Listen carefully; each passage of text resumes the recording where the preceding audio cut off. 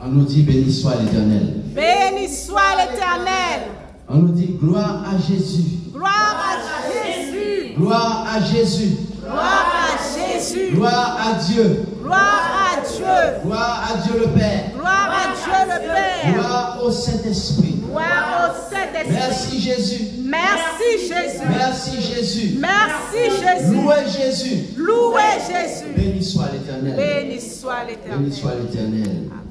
Amen. Amen. Amen. L'appel au salut. L'appel de Dieu au salut. Le Seigneur Jésus-Christ, dans son amour, nous visite. Il passe dans chaque commune. Il passe dans chaque grande ville parce qu'il fait un appel. Il appelle. Il appelle des jeunes. Il appelle des enfants. Il appelle des hommes.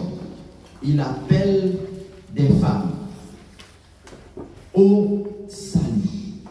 C'est le plus grand appel que l'être humain ait jamais reçu. Prions le Seigneur. Notre Dieu, notre Père, ouvre notre intelligence à ta parole et à la voix du Saint-Esprit. Au nom de Jésus-Christ. Amen. Dieu passe aujourd'hui dans ta ville. Dieu passe aujourd'hui dans ton pays. Quel que soit là où tu es, Dieu t'appelle. Amen. Cependant, il y a souvent des obstacles pour que Dieu puisse répondre à cet appel. Il y a de grands obstacles. Parfois, la personne est née dans des conditions difficiles. Parfois, la personne a eu un mauvais départ dans la vie. Et la personne se retrouve en difficulté et à ne pas pouvoir répondre à l'appel de Dieu. Nous avons un exemple dans la Bible. Un homme qui avait très mal commencé dans la vie, qui s'appelle Zachée. La Bible nous dit que Jésus, étant entré dans Jéricho, traversait la ville. Et voici un homme riche, appelé Zachée, chef des publicains, cherchait à voir qui était Jésus. Mais il ne pouvait y parvenir à cause de la foule, car il était de petite taille. La parole de Dieu nous dit qu'il y a beaucoup d'obstacles pour certains pour répondre à l'appel au salut. Pour certains, Jésus est obligé de se déplacer personnellement. Amen. Jésus n'envoie même pas un prédicateur. Jésus n'envoie même pas un prophète. Jésus n'envoie même pas un ange, ne serait-ce le plus fort du ciel. Parce qu'il y a différents niveaux de puissance dans l'armée angélique. Jésus se déplace personnellement parce que c'est un cas difficile. Alléluia. Parce que c'est un cas qui est compliqué. Et Jésus est obligé de faire un grand miracle, ne serait-ce que par la naissance de cette personne qui devait mourir à la naissance. Un enfant qui ne devait jamais voir le jour. Un enfant dont le diable avait programmé sa mort. Jésus est obligé d'intervenir et d'empêcher la mort de cet enfant et de faire un miracle et cet enfant est né. Amen. Nous avons un exemple dans la Bible qui est Moïse. Moïse ne devait jamais naître. Moïse ne devait jamais naître. Et le diable empêche à certains enfants de naître parce qu'il sait que parmi ces enfants-là, il y a des Moïse. Alléluia. Il y a des Daniel. Alléluia. Il y a des Shadrach, Meshach et Abednego. Et c'est pourquoi que le diable fait que les mamans, certaines mamans ne vont pas pouvoir délivrer cet enfant. Mais même quand l'enfant est né dans des circonstances compliquées, l'enfant est né dans des circonstances difficiles, mais Jésus lui-même se déplace pour appeler cet enfant. Amen. Et Jésus va contrarier le cours de la nature, va contrarier le cours des événements, n'est-ce pas? Jésus est capable même de pouvoir contrarier la nature. Jésus est capable même de faire un miracle parce qu'il appelle cet enfant. Dans cette circonstance, on voit Zachée être un homme qui est riche. La Bible dit qu'il est plus facile à un chameau de passer par le trou d'une aiguille qu'à un riche d'entrer dans le royaume de Dieu. Donc Zachée est dans une situation compliquée parce que cette richesse, il l'a mal acquise. Il a acquis cette richesse par la fraude. Il a acquis sa richesse par la tromperie. Et Zachée a volé beaucoup d'argent. Et les gens du quartier connaissent sa réputation. Et tout le monde dit que Zachée est un homme perdu. Tout le monde dit que Zachée est arrivé trop loin pour être un enfant de Dieu. Zachée est un cas désespéré. Tout le monde dit que cette femme a été trop loin dans ses difficultés, que cette femme est une femme de mauvaise vie et qu'elle est un cas qui est perdu pour la société. Tout le monde dit que cet enfant a mal commencé, que cet enfant est né dans une famille monoparentale, que sa mère n'a pas pu l'éduquer parce qu'elle avait trop d'enfants, elle n'avait pas de travail et que cet enfant est perdu à jamais. Tout le monde dit que cet homme a mal commencé, mais Dieu va faire un miracle. Dieu est capable de faire un tremblement de terre. Dieu est capable de faire un ouragan pour pouvoir sauver cette femme, sauver cet enfant, sauver cet homme riche. Et je dis amen à cela. En effet, Dieu va lancer un appel à Zachée, mais Zachée se retrouve en difficulté et tout le monde croit que son cas est désespéré. Pourquoi? Parce que la Bible nous dit que Zachée voulait chercher à voir qui était Jésus. Zachée sentait que c'était sa dernière chance de salut, mais il ne pouvait y parvenir parce qu'à cause de la foule et parce qu'il était de petite taille. En effet, la parole de Dieu nous dit que la foule empêchait Zachée de parvenir à Jésus. Oh oui, la foule, le diable va utiliser la foule pour t'empêcher de parvenir à Jésus. On voit souvent dans la Bible que la foule est un obstacle pour parvenir à Jésus. Et en plus, Zachée était de petite taille. On peut dire que spirituellement, eh bien, physiquement, la foule l'empêchait de voir Jésus, mais on peut dire aussi que spirituellement, parce que peut-être que les gens de la foule lui disaient, mais ça, on a fait là. Qui sont venus faire là? Comment on vient écouter Jésus? On y doit là? On y doit du bout là pour écouter Jésus? Ou pas ni doit là? Tout le monde connaît qui nous est. Tout le monde connaît ça ou fait. Ou pas ni doit là.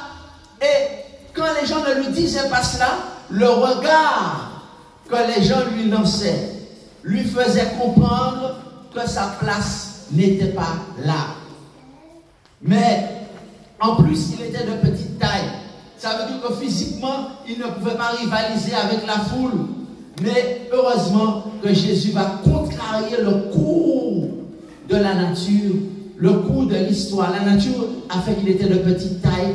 La nature mettait la foule en face de lui. Mais Jésus va lui donner cette idée, le Saint-Esprit va lui donner cette idée de monter dans un arbre pour voir Jésus. Et Jésus va se tourner vers lui. Et Jésus va lui parler parce que Jésus veut le changer. Amen. Jésus veut le sauver. Jésus est allé lui-même et il a dit, Zachée, dépêche-toi de descendre car il faut que je demeure quand? Aujourd'hui dans ta maison. Amen. La Bible déclare que Zachée se dépêcha de descendre et le reçut avec joie. Voyant cela, tous murmuraient et disaient, Jésus est allé loger chez un homme pécheur. Donc la foule n'a pas fini avec lui, mais Jésus va faire un changement, un tremblement de terre, va créer un tremblement de terre. C'est-à-dire que Jésus va aller chez cet homme de mauvaise réputation. Alléluia. Jésus va créer un tsunami parce que Jésus va aller va aller souper avec cette femme de mauvaise vie. Alléluia. Jésus va aller sauver cet enfant qui a mal commencé. Ce jeune homme qui a fait de la prison. Ce jeune homme qui a fait des bêtises. Cette jeune femme qui a fait des erreurs. Jésus va l'appeler. Jésus va l'appeler au salut. Alléluia.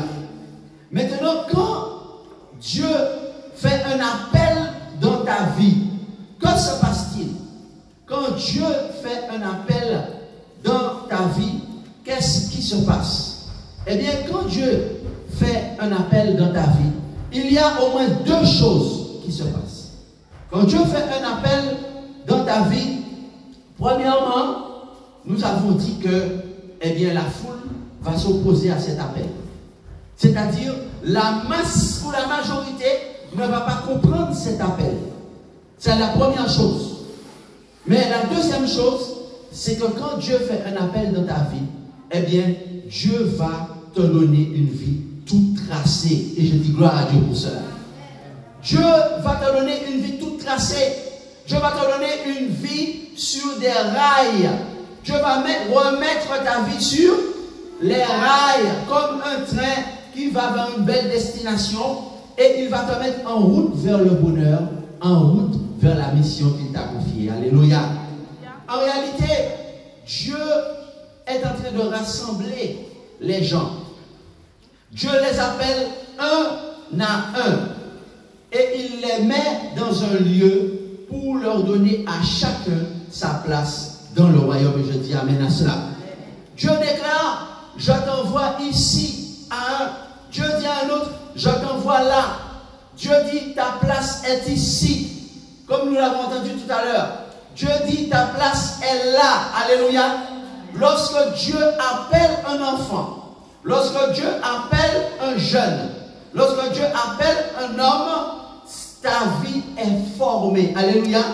Ta vie était déformée, ta vie était désordonnée, ta vie était dissolue, mais Jésus va former ta vie. Alléluia, gloire à Dieu. Et que se passe-t-il si tu acceptes l'appel? Qu'est-ce qui va se passer si tu acceptes l'appel de Dieu au salut? Si tu acceptes par amour pour Dieu, par respect pour Dieu, son appel, eh bien, si tu respectes l'appel de Dieu, eh bien, ta vie est toute tracée. Alléluia. Répète avec moi. Ma vie est toute tracée. Si tu respectes l'appel de Dieu, l'appel que Jésus fait pour toi au salut, eh bien, ta vie est toute tracée. Ta vie est déjà tracée. Tu n'as rien à craindre. En réalité, la vie est compliquée, la vie est difficile, la vie est tête en bas, mais tu vas dominer tous les aspects de cette vie. Et je dis gloire à Dieu. Tu vas dominer tous les aspects de cette vie. Mais que se passe-t-il si tu ne respectes pas l'appel de Dieu dans ta vie? Qui ça qui a arrivé? Qui ça qui est passé si ou pas qu'à respecter appel bon Dieu pour la vie? Qui ça qui est arrivé si ou pas qu'à respecter appel à bon Dieu en la vie? Qui ça qui est arrivé? Alors, si tu ne respectes pas l'appel de Dieu au salut, alors ta vie a perdu son respect. Ta vie va perdre son respect. Les personnes qui respectent la vie, qui respectent l'appel de Dieu, n'ont pas une vie gâchée. Alléluia. Les personnes qui respectent l'appel de Dieu n'ont pas une vie gâchée. Il y a un monde qui respecte l'appel de Dieu, pas ni pour la vie gâchée, pas ni pour la vie crasée. Elles ne vont pas faire la mendicité. Une personne qui respecte l'appel de Dieu ne va pas faire la mendicité. Parce que la Bible dit, j'ai été jeune et j'ai vieilli, et je n'ai pas vu le juste mendiant son pain, ni sa descendance abandonnée. Ça ne veut pas dire que tu ne vas pas connaître des moments difficiles, mais Dieu va trouver la solution. Mais tu ne vas pas te retrouver au coin d'une rue, tu es tellement chiré, tellement affaires chiré, tellement chiré, alors on va venir en un coin à la rue, venir demander un pain, 1 euro, demander au monde, 20 centimes, aidez-moi, 30 centimes. Non, ça n'arrive pas. Quand tu réponds à l'appel de Dieu, ta vie ne sera jamais gâchée. Alléluia. Parce que, je vous l'affirme, fais ce que Dieu t'a demandé. Si tu fais ce que Dieu t'a demandé de faire, pour voir si tu ne réussis pas dans cette vie, malgré toutes les difficultés de cette vie. Alléluia.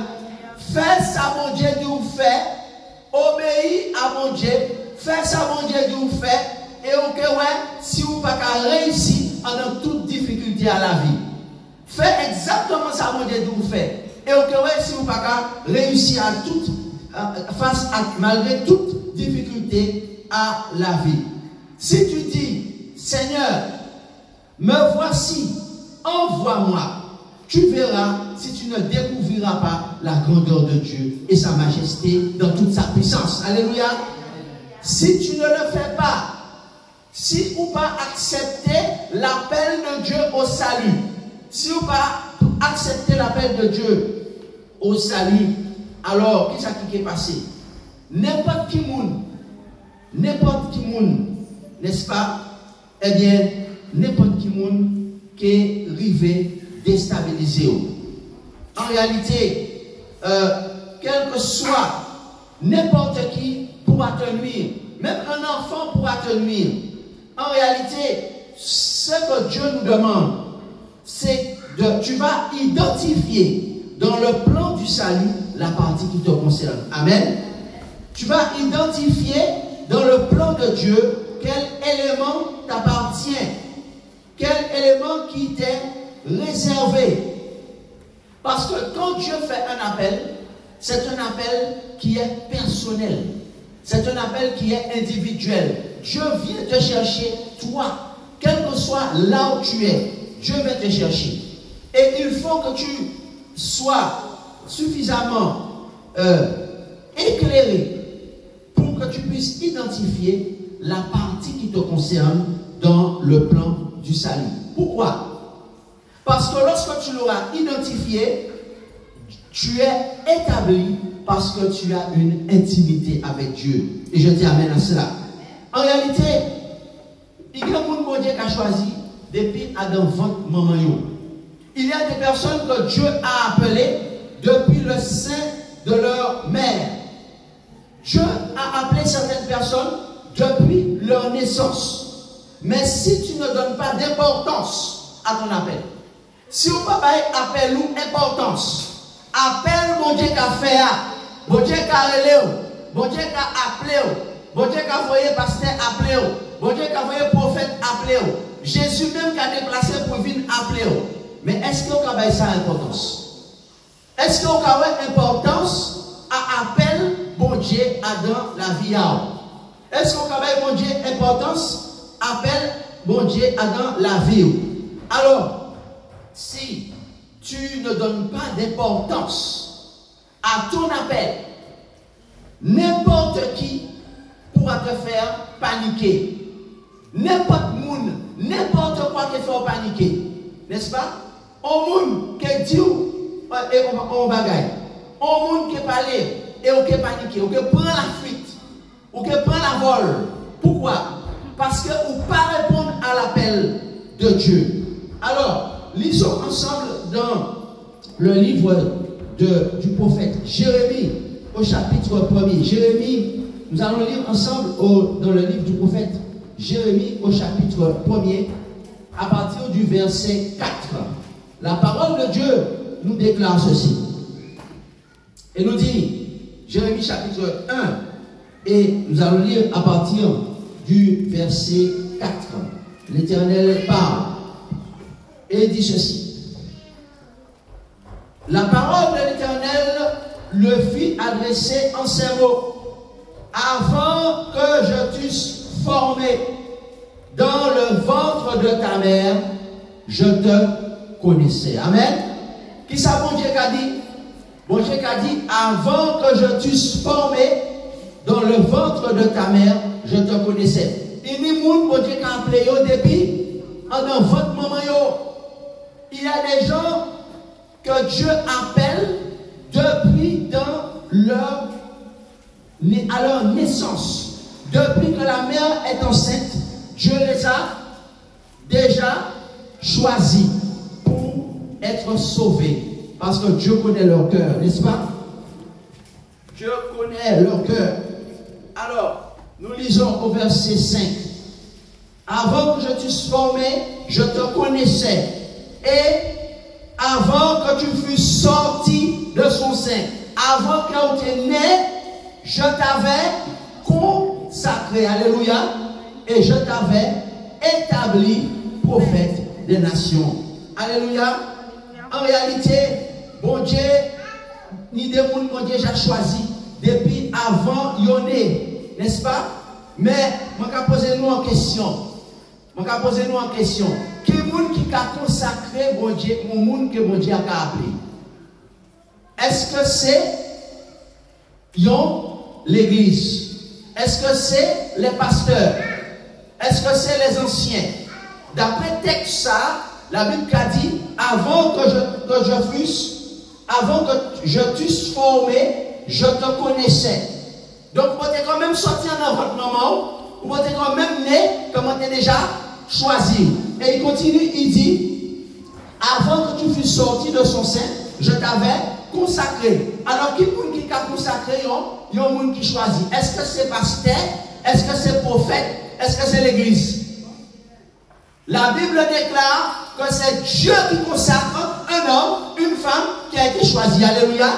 La consécration ne vient pas des hommes. La consécration ne vient pas d'un comité. La consécration ne vient pas d'une église. La consécration ne vient pas de pasteur. La consécration ne vient pas des anciens, mais la consécration vient de Dieu. Amen. Parce que c'est Dieu qui a l'autorité. Parce que c'est Dieu qui est saint. Parce que c'est Dieu qui est juste. Maintenant, l'église peut reconnaître ta consécration. Alléluia. Mais si l'église n'est pas conduite par le Saint-Esprit, si l'église n'est pas sous l'influence du Saint-Esprit, si les pasteurs ne sont pas conduits par le Saint-Esprit, les pasteurs peuvent ne pas reconnaître ta consécration. L'église peut ne pas voir ta consécration. La foule était un obstacle à l'appel de Jésus pour Zachée. Hélas. Qui était un obstacle à l'appel de Jésus? C'était la foule. La foule était un obstacle à l'appel de Jésus pour Jérémie. Qui était un obstacle? La foule. Maintenant, est-ce que tu vas dire, eh bien, les hommes n'ont pas posé la main sur moi? On ne sait pour quelle raison, n'est-ce pas? Pour quelle combinaison, pour quelle manigance, les hommes n'ont pas posé la main sur moi. Alors je reste là et je ne réponds pas à l'appel de Dieu. Je vais me mettre quelque part et je vais gaspiller le ministère que Dieu m'a donné. N'est-ce pas? Je vais m'arrêter dans le ministère que Dieu m'a donné parce que les hommes n'ont pas posé la main sur moi. Non, tu vas faire comme Jérémie, alléluia, et tu vas répondre à l'appel de Dieu, alléluia. Amen. Et tu vas faire ton ministère. Et beaucoup d'âmes seront sauvées à cause de ta fidélité, amen. Amen. Parce que tu as compris que la consécration ne vient pas des hommes, amen. Amen. La consécration ne vient pas d'un comité, parce que parfois les hommes ne sont pas sous l'influence du Saint-Esprit. Parfois les hommes font de la politique et ils ne se laissent pas guider par l'Esprit de Dieu. En réalité, chers amis, il y en a qui ont été choisis dès le ventre de leur mère. Mais si tu ne donnes pas d'importance à ton appel, alors tu vas être déstabilisé par la foule, par tous les vents contraires. Parce qu'en réalité, tu ne vas pas vers ton salut. N'importe quel commérage, n'est-ce pas? En créole, il y a mal parlant. Comment on dit ça aux Antilles? Mal parlant. Comment on dit ça en Haïti? Tripotage. N'importe quel commérage sur toi qu'on va dire sur toi va te nuire. Quand tu ne connais pas l'importance de cet appel, quand tu ne connais pas l'importance de ce salut, et maintenant quand tu connais l'importance de l'appel de Dieu, quand tu sais que c'est Jésus qui t'a appelé et que dans le plan, tu identifies la partie qui te concerne, que dans le plan de Dieu, tu identifies la partie qui te concerne, alors tu es quelqu'un d'établi. Alléluia. Amen. La parole de Dieu déclare dans le livre du prophète Jérémie au chapitre 1er, et nous allons lire au verset Jérémie chapitre 1er au verset 7. L'Éternel me dit, ne dis pas je suis un enfant. En effet, nous avons vu tout à l'heure que le Seigneur ne nous appelle pas à être un enfant spirituel toute notre vie. Oh cher ami, demande à Dieu de te faire passer à l'université du royaume. Demande à Dieu de ne plus faire de toi un simple disciple, mais de faire de toi un sanctifié. Il y en a beaucoup, leur objectif c'est d'être un disciple, c'est-à-dire un simple suiveur, c'est-à-dire un simple enfant spirituel. Mais Dieu ne veut pas que tu sois un enfant spirituel toute ta vie, il veut que tu sois également un adulte spirituel. Quand tu rentres dans la maturité, ce que la Bible appelle un saint ou un sanctifié. Alléluia. Dieu t'appelle à être, ne dis pas je suis un enfant, ne dis pas je suis un enfant. Dieu ne t'appelle pas à être dans la religion, mais il t'appelle à le suivre. Alléluia. Dieu t'appelle à le suivre. Ne dis pas je suis un enfant. Quand tu iras vers tous ceux auprès de qui je t'enverrai, tu diras tout ce que je t'ordonnerai. Ne les crains point, car je suis avec toi. Alléluia. Qu'est-ce que Dieu dit? Je suis avec toi et je te dirai tout ce que tu es et tu diras tout ce que je t'ordonnerai. Je suis avec toi pour te délivrer, dit l'Éternel. Jérémie 1, verset 8. Verset 9. Puis l'Éternel étendit sa main. L'Éternel va leur consacrer. Qui est-ce qui consacre? Qui est-ce qui consacre? Qui est-ce qui consacre? Mais la foule peut ne pas reconnaître ta consécration. La foule peut s'opposer à ta consécration. Mais c'est l'Éternel qui consacre. Alléluia.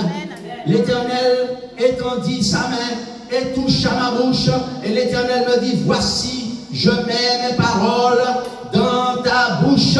Regarde, je t'établis aujourd'hui. La parole de Dieu déclare, voici, je t'établis aujourd'hui sur les nations et sur les royaumes pour que tu arraches et que tu abattes, pour que tu ruines et que tu détruises, pour que tu bâtisses et que tu plantes. Alléluia. Donc l'Éternel t'a établi lorsque tu regardes dans le plan de Dieu, lorsque tu réponds à cet appel, l'Éternel t'a établi. Ça veut dire que l'Éternel te confirme dans ton ministère.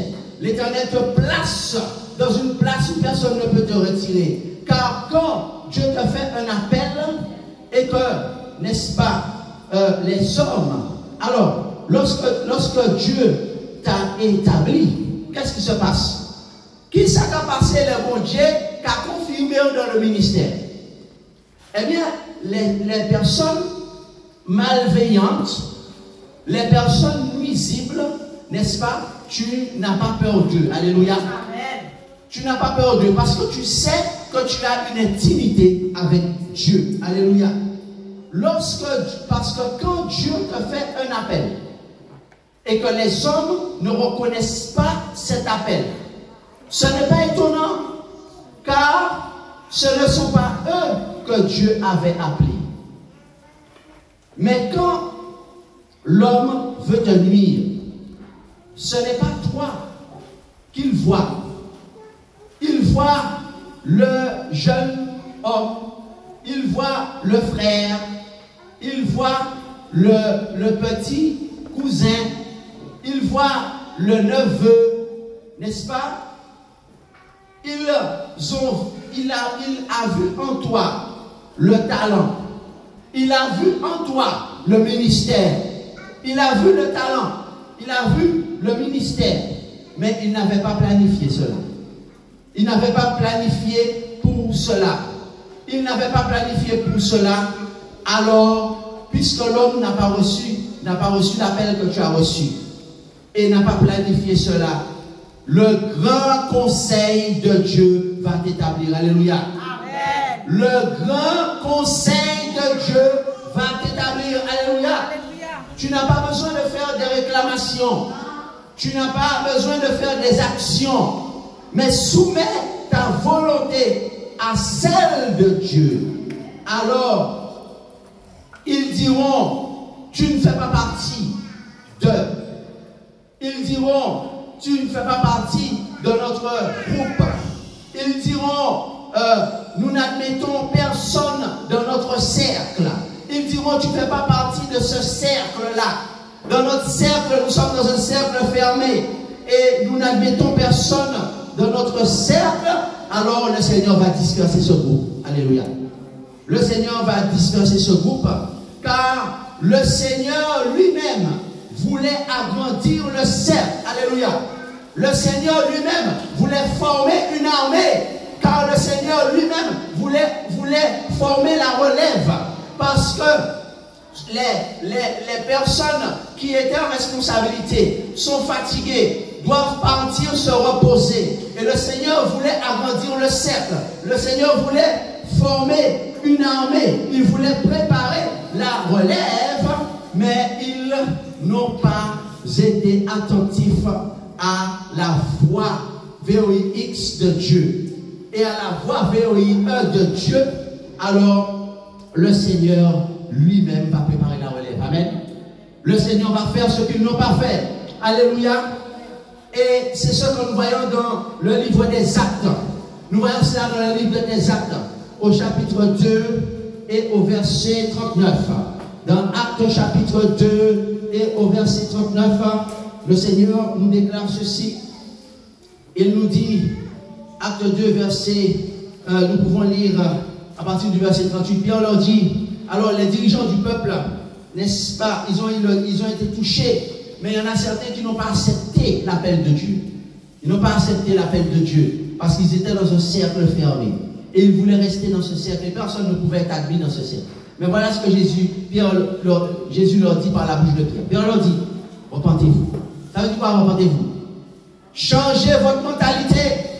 La mentalité, vous voulez rester au pouvoir, vous vous accrochez au pouvoir comme si le pouvoir vous appartenait. Repentez-vous, repentez-vous, et que chacun de vous soit baptisé, pas seulement baptisé d'eau, mais aussi baptisé du Saint-Esprit. Le Seigneur leur dit, pour le pardon de vos péchés, et il dit, vous recevrez le don du Saint-Esprit. Amen. C'est une condition. À condition que vous changez de mentalité, vous allez recevoir le Saint-Esprit. Parce qu'il dit au verset 39, Acte 2, verset 39, car la promesse est pour vous et pour vos enfants. Il dit la promesse, ce n'est pas pour toi seulement. La promesse de recevoir l'appel à la vocation n'est pas pour toi seulement. Mais la promesse, c'est aussi pour les jeunes. La promesse aussi, c'est pour les enfants. Et il continue, et pour tous ceux qui sont au loin, en aussi grand nombre que le Seigneur notre Dieu les appellera. Amen. Donc le Seigneur dit que le cercle pour lui n'est pas fermé. Le Seigneur dit qu'il y a un grand nombre qui l'appelle. Il y a des enfants, il y a des jeunes, et l'appel, c'est Dieu qui le fait. Alléluia. Amen. En effet, le Seigneur dit, où est la relève? Le Seigneur pose la question, où se trouve la relève? Où se trouvent ceux qui vont nous succéder? Où se trouvent ceux qui vont succéder aux ministres, aux personnes, aux serviteurs âgés qui sont fatigués par le poids des ans? Alors, c'est pourquoi Jésus lui-même n'a pas commis cette erreur. Jésus n'a pas fait un cercle fermé pour dire vous n'êtes pas dans le cercle, vous n'entrez pas dans le cercle. Regardons ce que Jésus a fait dans Matthieu chapitre 9. Qui est Jésus? Qui est Jésus?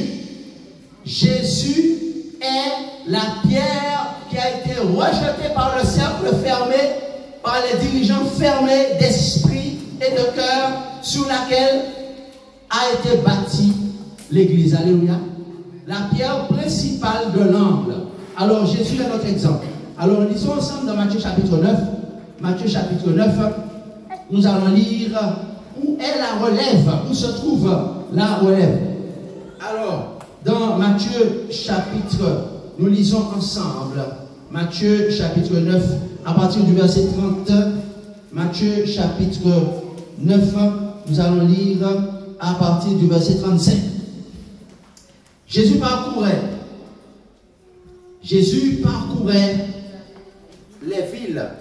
Jésus parcourait les villes et les villages, enseignant dans les synagogues, on aurait dit aujourd'hui dans les temples, enseignant dans les temples, dans les églises, n'est-ce pas? Enseignant dans les églises. Qui avait consacré Jésus? Est-ce que c'était le comité?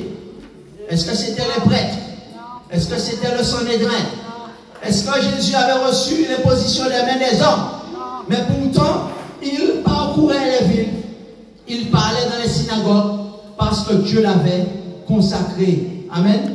Par le Saint-Esprit lui-même lors de son baptême, n'est-ce pas? Par le Saint-Esprit. Alors Luc 9, 35, et il prêchait la bonne nouvelle du royaume. Qu'est-ce que Jésus prêchait? La religion. Jésus prêchait pas bon. Jésus prêchait la mienne est meilleure. Jésus prêchait la bonne nouvelle du royaume. Ensuite, ça veut dire que désormais le roi qu'on en suit, ce n'est plus le moi, ce ne sont pas les dirigeants, mais c'est Jésus. Alléluia. Guérissant toute maladie et toute infirmité. Voyant la foule, il fut ému de compassion pour elle parce qu'elle était languissante et abattue comme des brebis qui n'ont point de berger. Alors il dit à ses disciples, la moisson est grande, mais il y a peu d'ouvriers. Priez donc le maître de la moisson d'envoyer des ouvriers dans la moisson. Jésus lui-même a vu qu'il fallait appeler des gens pour travailler dans la moisson. Où est la relève? Où est la relève? Alors Jésus nous a donné l'exemple. Jésus a dit dans Matthieu chapitre 10, c'est le verset 1er. Puis ayant appelé ses 12 disciples, il leur donna le pouvoir de chasser les esprits impurs et de guérir toute maladie et toute infirmité. Voici le nom des 12 apôtres. Jésus n'a pas fait comme ceux qui ont fait un cercle fermé. Jésus a prié et qu'est-ce qu'il a fait? Il a choisi la relève. Amen. Jésus a choisi la relève. Il a dit prier le maître de la moisson. Puis il a appelé les 12 jeunes hommes. Il a appelé des nouveaux qui vont répandre la bonne nouvelle dans toute la zone et aujourd'hui qui a atteint presque le monde entier. Amen. Jésus n'a pas commis cette erreur. Jésus a fait un appel aux adultes, mais aussi aux jeunes. Jésus leur a donné le pouvoir. La Bible dit que Jésus leur a donné le pouvoir. On n'a pas lu que Jésus leur a donné le pouvoir. On a peur de donner le pouvoir aux jeunes. On veut conserver le pouvoir. On s'accroche au pouvoir. On n'a plus de force. On tremble. On ne comprend même pas quand on parle. Mais on ne veut pas lâcher le pouvoir. On ne veut pas laisser le pouvoir. On aime le pouvoir. N'est-ce pas?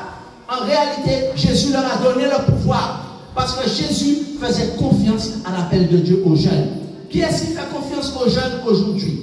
N'est-ce pas? Qui est-ce qui va chercher les jeunes? Qui est-ce qui va chercher des nouveaux qui comprennent que Dieu appelle? Je crois que bientôt, il y a une génération qui va marcher sous les traces de Jésus. Et toi? Et toi? Moi, je crois qu'il y a une génération bientôt qui va marcher sur les pas de Jésus. Ils ne marcheront pas sur le mensonge. Ils ne marcheront pas sur la malhonnêteté. Mais ils marcheront sur la vérité. La pierre angulaire sur laquelle est bâtie l'Église. Ils marcheront dans la soumission à Jésus-Christ. Ils marcheront dans la soumission à sa parole et à ses commandements. Une soumission volontaire et intelligente à sa volonté. Le salut nous répare. Le salut nous restaure. Le salut fait de nous une référence dans notre famille. Lorsque tu acceptes l'appel au salut, tu deviens une référence dans ta famille. Lorsqu'il y a des choses à faire, lorsqu'il y a des responsabilités à prendre, c'est toi qu'on appelle.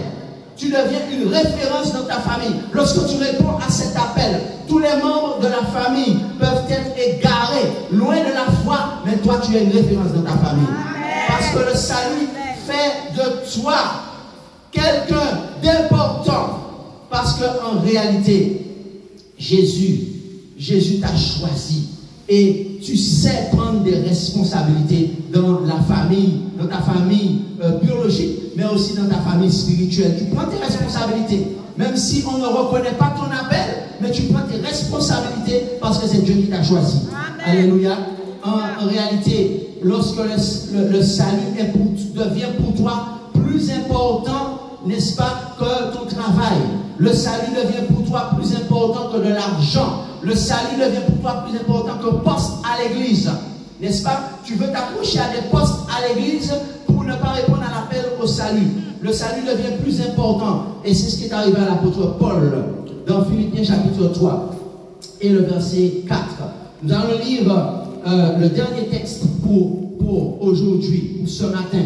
Philippiens chapitre 3 et le verset 4.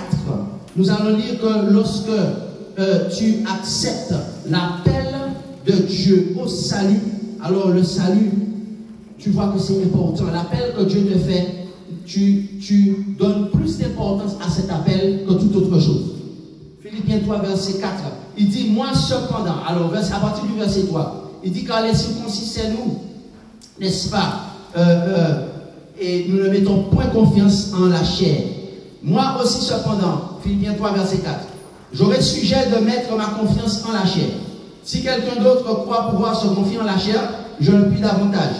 Parce que je suis circoncis dès le 8e jour, de la race d'Israël, de la tribu de Benjamin, hébreu et d'hébreu. Et quant à la foi pharisien, ça veut dire que l'apôtre Paul faisait partie des dirigeants religieux, un homme éminemment instruit, un homme qui avait des responsabilités.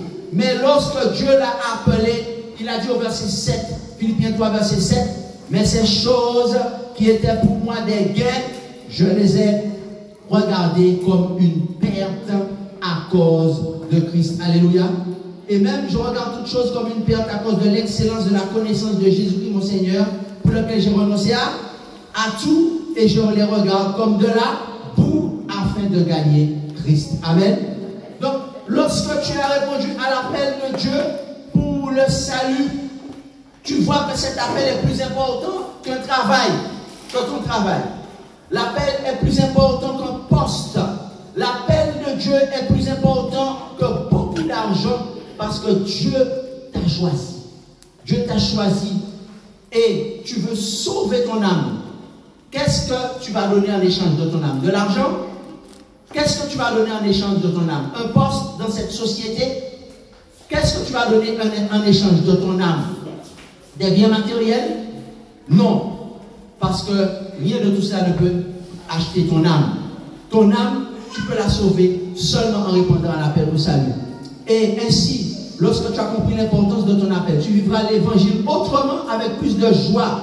L'appel que Dieu te fait est plus important que les tribulations, que les difficultés que tu rencontres. Tu verras que l'appel de Dieu surpasse toutes ces difficultés et te fait même oublier ces difficultés. Est-ce que tu veux dire aujourd'hui, je réponds à l'appel de Dieu comme Zachée, qui était un homme perdu? Est-ce que tu veux dire, je réponds à l'appel de Dieu comme la femme adultère, cette femme de mauvaise vie, cette femme qui se cachait près du puits de Jacob pour ne pas être vue? Est-ce que tu veux dire, je réponds à l'appel de Dieu, même si on ne reconnaît pas ma consécration, même si on ne reconnaît pas le ministère que Dieu me donne, je réponds à l'appel de Dieu parce que je sais que Dieu m'a établi, que Dieu m'a donné l'autorité pour pouvoir prêcher et sauver les âmes perdues. Peu importe, je n'ai pas besoin d'avoir le pouvoir, mais Dieu me l'a déjà donné. Alléluia. Je ne cherche pas à me justifier parce que Dieu me défend par mon ministère, parce que Dieu me défend par les résultats qu'il donne. Eh bien, si tu le désires, eh bien, je vais prier avec toi. Éternel notre Dieu, je te remercie pour cet appel que tu lances aujourd'hui dans le monde entier, aux Antilles, en Guadeloupe, en Martinique, en Guyane, en métropole, France métropolitaine, au Canada, en Europe, en Chine, en Océanie, dans l'océan Indien. Dieu appelle et les âmes répondent à cet appel et font partie de cette nouvelle génération à qui tu donnes, Seigneur, le pouvoir d'être des serviteurs et des servantes de Dieu parce qu'ils ont répondu à la promesse qui a été faite par Jésus-Christ et ils sauvent des âmes pour le royaume de Dieu au nom de Jésus-Christ. Amen.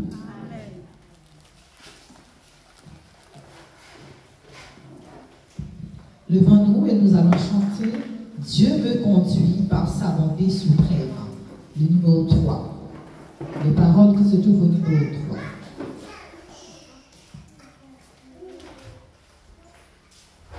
Dieu me conduit par sa bonté suprême. C'est